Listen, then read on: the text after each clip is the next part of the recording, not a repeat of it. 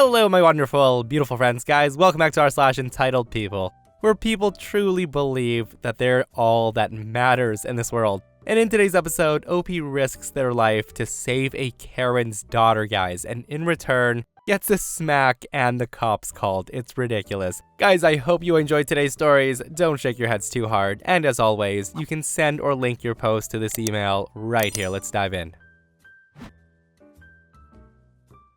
To begin, I'm a firefighter/paramedic for a small suburban department. Our particular community has a lot of retirees, many of whom begin to experience medical problems at an exponential rate as they get older. Last shift, we get a call to a home for difficulty breathing. Most noticeable was a sign depicting a handgun and bullet holes, proudly proclaiming this house does not call 911. Now, our mere presence at the house proved that this was in fact false. I also can't imagine how the Second Amendment didn't solve this respiratory distress, and the guy had to resort to calling the exact number his sign states he does not in fact call. But I digress. With that said, ever since COVID, I've worn an N95 mask on every single medical call. Our department no longer requires us to do so, but I choose to because I like not getting sick, and also like not bringing home patients' infectious illnesses to my wife and toddler. Anyway, we enter the house, and I called out fire department, which is then answered by I'm in the back bedroom.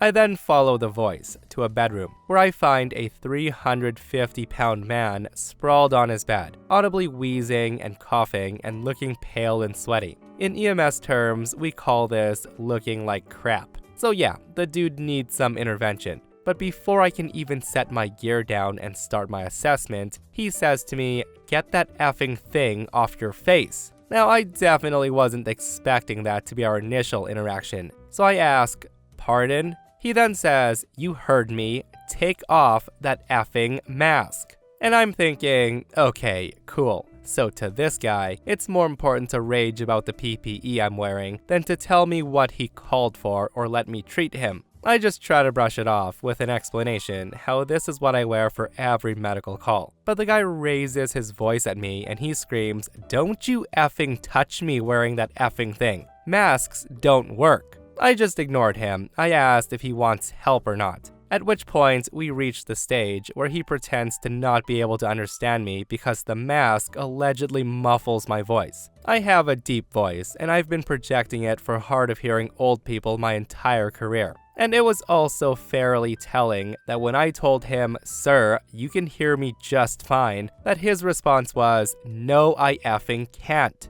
Eventually, he demands that someone else on my crew help him because he's sick and tired of my BS. And I'm thinking, alright sir, you got it. I then called my partner and captain into the room and said he would rather speak to them. So they enter the room, but surprise, they're wearing masks too. Because this house reeks of stale smoke and body odor, and the patient's constantly coughing. So the guy sees 2 more masks in his room, and the rage really begins. The guy's telling us to get out, that we're all useless, etc. I then asked if he would be willing to sign a document called Against Medical Advice, which releases us from liability when a patient refuses medical care. And his answer was, "F no, and I can't hear you with that effing cloth on your face." And I just think to myself, alright bud. So we grab the gear and we file out. His clearly long-suffering wife caught us at the door and she begs us to go back inside and take him to the hospital as he's been having so much trouble breathing lately. He sure has, but he's also an adult, at least on paper, who can make his own medical decisions, so legally our hands are tied.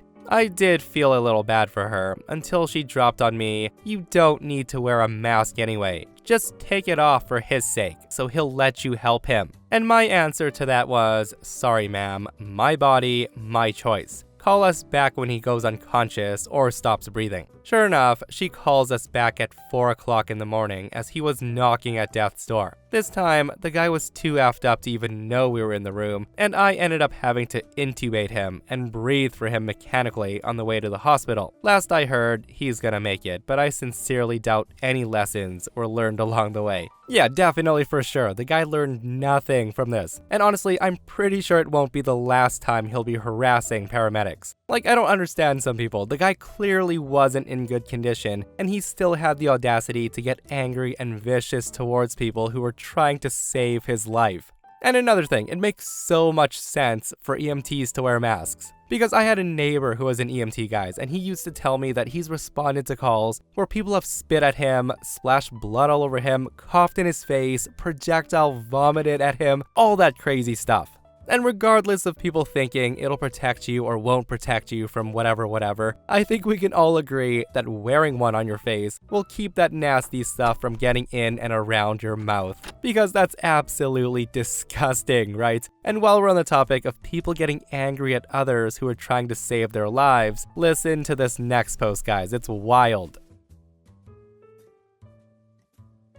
Oh boy, do I have a long story to tell. I just want to say that this happened a few years ago. And before we start, a little backstory. I was in my late 20s and I worked as a guide in a conservation area in the north of Europe during summer. Basically, I would take groups of about 10 people and guide them through a very nice trail through a natural forest. The people were usually tourists from around the world and liked to see nature at its best. I would tell them about the animals that lived in the forest, the plants, landscape, and its history. The trail we'd walk through was about 3 kilometers long, so a little under 2 miles. The trail would lead to a nice little clearing with an outdoor fireplace, where my coworker would be waiting and we would eat food and the hotel's minibus would pick us up. About half the walk, so about a mile, went through a swamp and we would walk on duck boards. Now, if you don't know what duck boards are, they're basically wooden planks put on trails like this for people to walk on, so they don't hurt themselves in the swamp. These are also very comfortable to walk on, and 2 adults can pass each other sideways if needed. Also, depending where you are, some might be old and broken, but nothing too bad. Ticks and mosquitoes would also be a pain in the butt, and the population is always the biggest in the summer. Because of all these things, anytime anyone booked a guided walk via the hotel I worked for, they were given a little information guide, like how to dress, what to take with you, and how to prepare. This included the suggestion of wearing long pants because of ticks. The slip also showed a map of the area, the distance, and a suggestion not to take very young kids with you if you're not ready to carry them, as most kids get tired after a mile.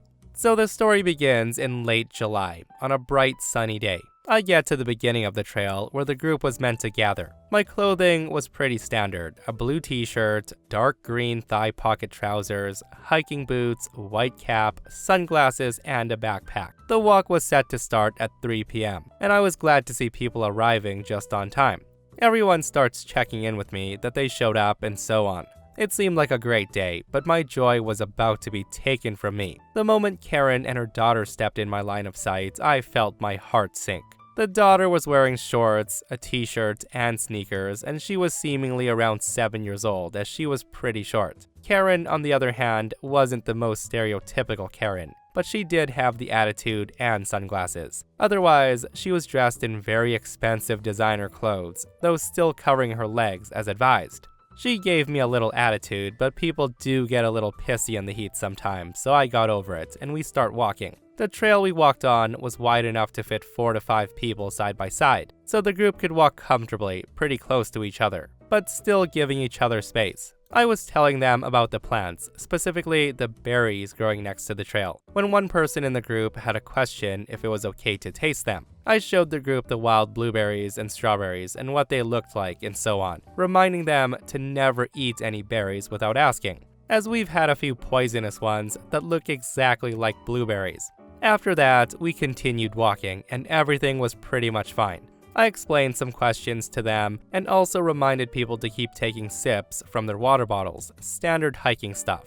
The whole time, I was hearing the entitled daughter whine to her mom that she was tired, and Karen was huffing and puffing, trying to keep up at a very nice and slow pace. I had to stop the group a few times just to let her catch up with us and breathe a little without making it awkward for her. I also had to ask the daughter multiple times to turn off the music from her game, as she was playing it so loud that the others on the walk couldn't hear what I was saying. It was also advised not to bring electronics or to keep them secure in a bag, as the hotel wasn't gonna pay for broken ones. But for some reason, this kid had a phone with her. We also saw a squirrel along the way, but the daughter did not like the squirrel she saw, and she starts throwing rocks and pine cones at it that she found on the trail. When I told her to stop, the only answer I got from her was her sticking her tongue out of her mouth, and she saying to me, "You can't tell me what to do. Mom says it's fine for me to do that." I had to tell Karen to control her daughter, or I'd call some workers to get them out of the walk.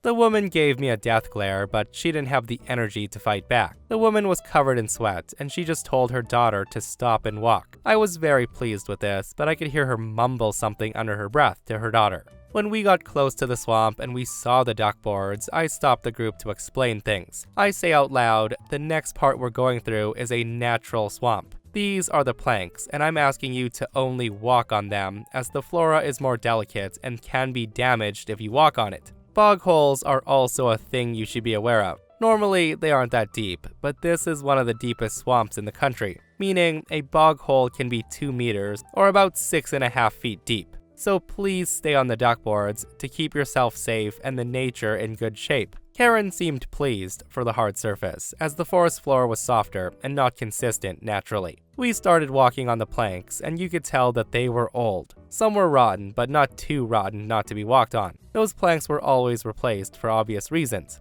I had just started talking to my group about the beard moss and how clear the air was, and that's when I heard a loud splash and an ear-curdling scream, followed by more screeching and screams for help. And that was the moment that I realized that Karen and her daughter weren't with the group anymore. Everyone ran on the planks back to where we were coming from to see what was going on. Karen and her daughter had left the duck boards, and her daughter was stuck in the swamp. The two had gotten off and walked further into the swamp and found a clearing. The clearing was covered in moss and a tiny pond next to the moss. But the thing was, the moss was covering a bog hole. And as it had rained all last week pretty heavily, it had also a ton of water in it.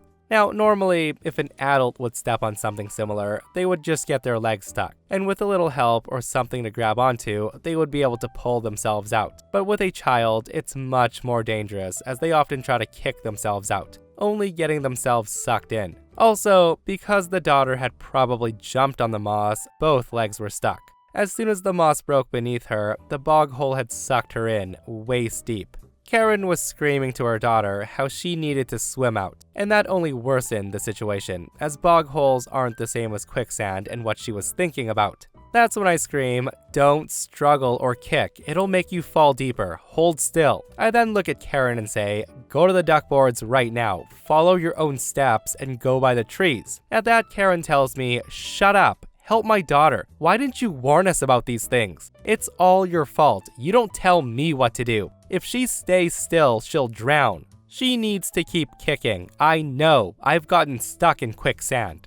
After those words, it was just incoherent screeching and curse words. I jumped off the duck boards and I ran down to the bog hole. The daughter was screaming bloody murder, and she was getting sucked deeper because she was still trying to kick herself free from the mud. And as she had sunk in deeper, the now muddy water was reaching her shoulder tops. I acted fast, getting close enough to the daughter to pull her out. Meanwhile, Karen was screaming at me the whole time. I just grabbed her daughter's hand, backed up, and pulled her out by her arms. This caused the little demon to scream at me and spit at me as I was hurting her when pulling her out. The moment I got most of her upper body out of the water, I grabbed the kid around her armpits, almost like hugging her to pull her out. And this little crappy child lets out even louder screams, trying to wiggle out of my grip. All the while, I was pulling her out from a very disgusting and slow death. She even starts scratching my face, and I felt my hair getting pulled in an aggressive manner. And Karen screams, "You effing pedo! Get your hand off my daughter's chest! You hurt her arms when pulling her out! You sick bitch!" Despite that, I could not let go of the daughter. This meant I had my hair pulled until I got her pulled out of the bog hole. I fell back when she finally got free, and the moment I fell to the ground, I let her go to her mom, covered in mud. And she was missing one of her shoes that the bog hole had taken instead of her. I then faced Karen, who instead of thanking me for saving her daughter, proceeds to slap me. She just screams, "I'll sue you for assaulting my daughter and attempted murder, you sick pedo. Now my daughter's gonna have trauma and she can't sleep at night. Are you proud? I should push you in, you effing piece of crap, and you'll also pay me for the phone she lost in that hole." Now, I'm not a violent person, but I've never wanted to throw a person headfirst into a bog hole more and watch them drown. I was covered in mud, my backpack was covered in mud, And now Karen too was covered in mud, as she proceeded to carry her child like a baby, who was still wailing. I then called my colleague and told him what happened on a walkie-talkie when we were close enough. He had his own cell phone with him, so he could call the hotel, our boss, the police, etc. When we got back, 2 police officers accompanied my coworker and boss. I'll save you from the most boring details, but Karen basically tried to form some BS story, how this was all a sick ploy so I could inappropriately touch her daughter, trying to make me seem like the worst person in the world. But there was my saving grace. One of the tour members had filmed the whole thing.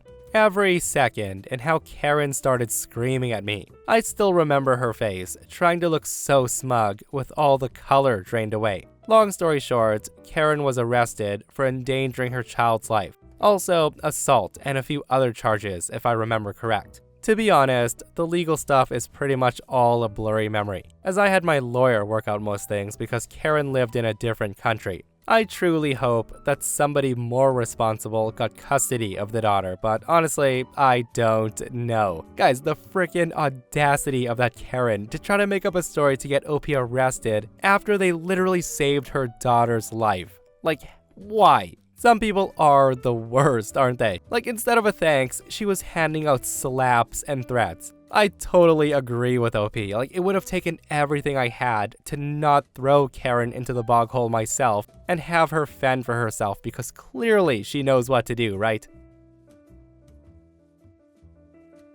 Alright, so a fair warning. I do come across as a bad guy in parts of this, but I was also 13 at the time, and I acted in the interest of my 13-year-old self and the people I was with.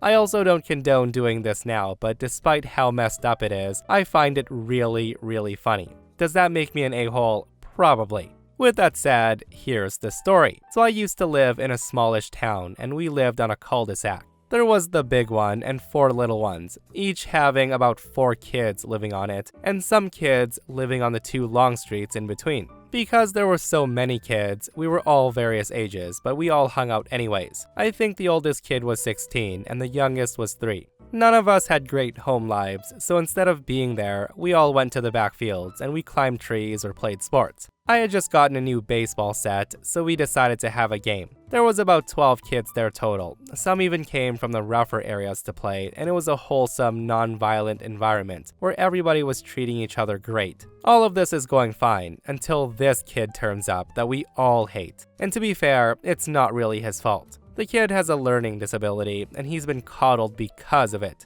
And due to being coddled, he was a spoiled brat who could never do anything wrong and always got his way. Every time he had a minor issue, he would just throw a meltdown and people would fix it for him. The kid was an entitled POS through and through. So the guy comes walking over and he's like, "I'm playing, give me the bat." And we're like, "Sure, whatever." He then snatches the bat from someone and I say, "Come on, you have to wait your turn." And at that, he starts freaking out. Now, this guy's mental problems could be described as mild at best. He's perfectly capable of being normal and fine. Let's call him Timmy from now on. I decide it's not worth it, and I let him go first, and the kid keeps missing the ball. So about after 5 minutes of him swinging badly on the younger ones, Charlie, who's about 7 years old, walks up and asked him if he can have a go. And I kid you not, Timmy just turns around and whacks the kid in the face with the bottom of the bat. We're all just standing around in a moment of shock. Charlie falls to the ground and Timmy lifts the bat above his head like he's gonna hit Charlie again. So I do what any rational person does in this situation. I run at him and I hit him as hard as I can in the nose. Timmy crumples and I pick the kid up and I check him over to make sure he isn't too badly hurt. I can see blood, but it's not bad, but that makes me angry. Now, there's no excuse for what I did next. I can only hope you put yourself in my shoes. But as soon as I saw that blood, I was in rage mode. So I turned around just as Timmy was getting up again and I hit him again. He then falls down and I'm like, "What the F is wrong with you?" I then pick up the bat and at this point, his mom's heard the commotion, so she comes running over as their house backs out onto the field. So the woman sees me standing over her son with a bloody bat in my hand and he's on the ground holding his nose. She then charges at me and she slaps me multiple times in the face, screaming, "What did you do to him?" I reply, he hit my friend in the face with a bat, so I hit him. She then says, you can't hit him, he doesn't know any better. He has a learning disability. At this point, Timmy's recovered and he's hiding behind his mom, grinning at me. So I tell Karen, oh right, yeah, I'll just let him murder my friend next time, right? Because your son was about to keep swinging at him. Karen then says, it's not his fault. He doesn't understand. I should call police on you for hitting my son. You're lucky I won't. It got heated, and she said, I'm gonna tell your parents what you did to my son. I tell her, go for it. I'll tell Charlie's parents too. And you should be glad that Charlie's brother's not here because Timmy would have been way more hurt. She then storms off, and Timmy wasn't allowed out unsupervised after that, because once the kids found out what happened, the rougher kids would throw stones at him. I feel kind of bad about it, but there was a long-standing history of violence with this kid and the other kid, so I couldn't be sure that he wasn't really trying to murder my friend that day. Eventually, he stopped using his problems as an excuse. He learned that people wouldn't give him a pass for having a learning disability, and his mom stopped coddling him as well. It's amazing how many personality quirks get straightened out when you get the crap kicked out of you for messing with the wrong people. He definitely had problems, but compared to how he is now, the biggest problems came from his mother babying him. You know what, in my opinion, I don't think OP was the bad guy at all, like he said he was, guys. He was protecting his friend, and sometimes, if a person has a bat and they're about to do something crazy with it, you gotta do what OP did and deal with it with a swift whack to the nose. As for Karen, shame on her for using a learning disability as an excuse to let her son do whatever the heck he wants to do. But hey, that's entitled people for you. Guys, I hope you enjoyed today's stories. If you did, hit that thumbs up. And if you're not subscribed, consider subscribing so you don't miss these crazy stories. And if you missed the last episode on the channel, it's in our /EntitledPeople episode, where a psycho Karen tries to smother her mom for a freaking inheritance. It's such a wild story. So go check it out if you haven't. And myself and Stevie Boy will see you guys in the next one. We love you.